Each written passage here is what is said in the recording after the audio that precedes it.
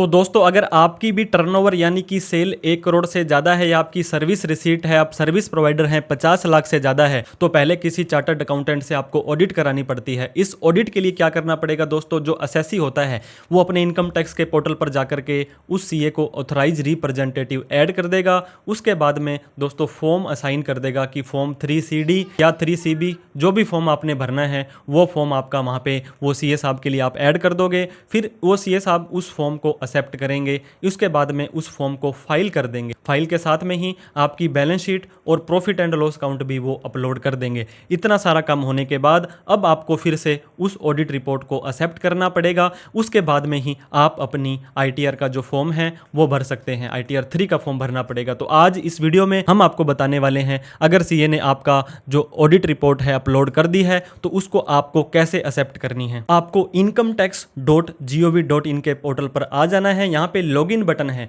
दोस्तों जिस व्यक्ति की ऑडिट हो रही है, यहाँ पे हम सीए की लॉगिन की बात नहीं कर रहे हैं, जिसने ऑडिट करवाई है और जिसने अपनी आईटीआर भरनी है उसको यहाँ पे लॉगिन बटन पर क्लिक कर देना है। अब दोस्तों एंटर योर यूजर आईडी के अंदर आप अपना पैन नंबर भी डाल सकते हैं, आधार नंबर भी डाल सकते हैं। फिर आपको कंटिन्यू बटन पर क्लिक कर देना है। इसके बाद में आपको क्या करना है, इस चेकबॉक्स पे क्लिक करना है। यहाँ आपको अपना प्यारा सा सुंदर सा पासवर्ड डालना है। पासवर्ड याद नहीं है तो आधार ओटीपी से फॉरगेट पासवर्ड पर नया पासवर्ड बना सकते हैं। इसके बाद में कंटिन्यू बटन पर क्लिक कर देना है। अब आपका इस तरह का पोर्टल दोस्तों खुल जाने वाला है। आपको क्या करना है, यहाँ पे पेंडिंग एक्शन का ऑप्शन आपको दिखाई दे रहा होगा, जिसके ऊपर आपको क्लिक कर देना है। इसके बाद में आपको वर्क लिस्ट का ऑप्शन दिखाई दे रहा होगा दोस्तों, फर्स्ट वाला वर्क लिस्ट के ऊपर आपको क्लिक कर देना है। अब यहाँ पे आप देख सकते हैं दोस्तों फॉर योर एक्शन, मतलब अभी आपने कुछ एक्शन इसके ऊपर लेना है, आपके लिए पेंडिंग है। फॉर्म्स पेंडिंग फॉर एक्सेप्टेंस और फॉर योर इन्फॉर्मेशन में बाद में आ जाएगा जब आप चीज़ को एक्सेप्ट कर लेंगे।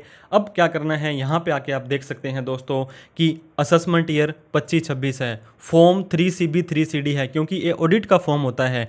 तारीख को उन सीए ने आपको फॉर्म आपने उन्हें असाइन किया था 24 सितंबर को और उसी दिन ही उन्होंने अपलोड कर दिया था, लेकिन अब आपको एक्सेप्ट करना है। ट्रांजैक्शन आईडी ओरिजिनल है या रिवाइज है, सीए का नाम आ जाएगा और फॉर्म दोस्तों डाउनलोड अटैचमेंट एक बार जरूर कर लें, क्योंकि एक बार आप इस फॉर्म को एक्सेप्ट कर लेंगे, बाद में उन्हें रिवाइज ऑडिट का फॉर्म फाइल करना पड़ेगा। फिर स्क्रूटनी के चांसेस 143(2) के और ये चांसेस बढ़ जाते हैं। तो एक बार आप मेक श्योर कर लें। यहाँ पे डाउनलोड अटैचमेंट्स पर जैसे ही क्लिक करेंगे, ये देखिए दोस्तों अदर के अंदर आपकी फॉर्म 3CD है, यहाँ पे प्रॉफिट एंड लॉस काउंट और ये बैलेंस शीट है। मल्टीपल करना है तो मल्टीपल कर लो, या एक को डाउनलोड करना है तो एक को डाउनलोड करके एक बार आप यहाँ पे जरूर चेक कर लें कि आपके सीए साहब ने जो फॉर्म अपलोड किया है वो सही किया है या नहीं किया है। ये देखिए दोस्तों trading account, profit and loss account, इस तरह का डेटा आपका यहाँ पे दिखाई दे रहा है। आपने जो आईटीआर के अंदर डालना है वही नेट प्रॉफिट यहाँ पे आ रहा है, तो आपको इसको एक्सेप्ट करना है। अदरवाइज आपको एक बार फिर से रुक जाना है। हमने सारी डाउनलोड्स को कर दिया है, चेक कर लिया है, सब डेटा सही है।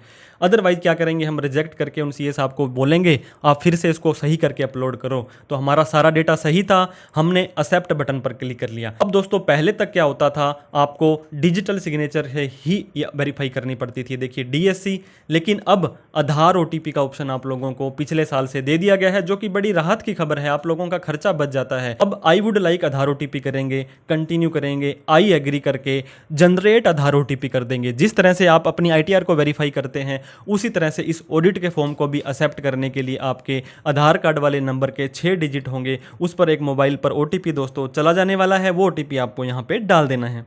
तो जैसे ही ओटीपी डालने के बाद आप वैलिडेट बटन पर क्लिक करेंगे दोस्तों, आपका ये फॉर्म 3CD, फॉर्म 3CB, ये फिर से आपको पूछेगा कि आपका ये फॉर्म 3CB और 3CD है क्या सच में। ई वेरिफिकेशन तो आपने कर दी है, इसको सबमिट करना चाहते हैं? जी हाँ, बिल्कुल करना चाहते हैं, तो आपको यस बटन पर क्लिक कर देना है। अब आप यहाँ पे देख सकते हैं दोस्तों कि ये आपने फॉर्म सेलेक्ट किया, मेथड सेलेक्ट किया और सक्सेसफुली वेरीफाइड हो चुका है। Submitted successfully, transaction ID, acknowledgement number, इस मोबाइल नंबर पर और इस मेल आईडी पर आपको ये वेरिफिकेशन भी चला जाएगा। अब दोस्तों क्या करना है, आपको आपकी आईटीआर 3 का फॉर्म भरना है। वहाँ पर जनरल इन्फॉर्मेशन के अंदर ऑडिट और ऑडिटर की इन्फॉर्मेशन आपसे पूछी जाएगी, उसको भी आप जरूर भर दें ताकि आपका आईटीआर अच्छे से प्रोसेस हो जाए, जो रिफंड आना था रिफंड आ जाए। ऑडिट से रिलेटेड, आईटीआर से रिलेटेड किसी भी तरह की प्रोफेशनल आपको हेल्प चाहिए तो आप हमारे दिए गए नंबर पर कॉल, मैसेज, व्हाट्सएप कर सकते हैं। वीडियो अच्छी लगी हो तो लाइक, अभी तक सब्सक्राइब नहीं किया तो सब्सक्राइब करके हमारा हौसला बढ़ा दें। Thank you so much for watching this video. जय हिंद, जय भारत।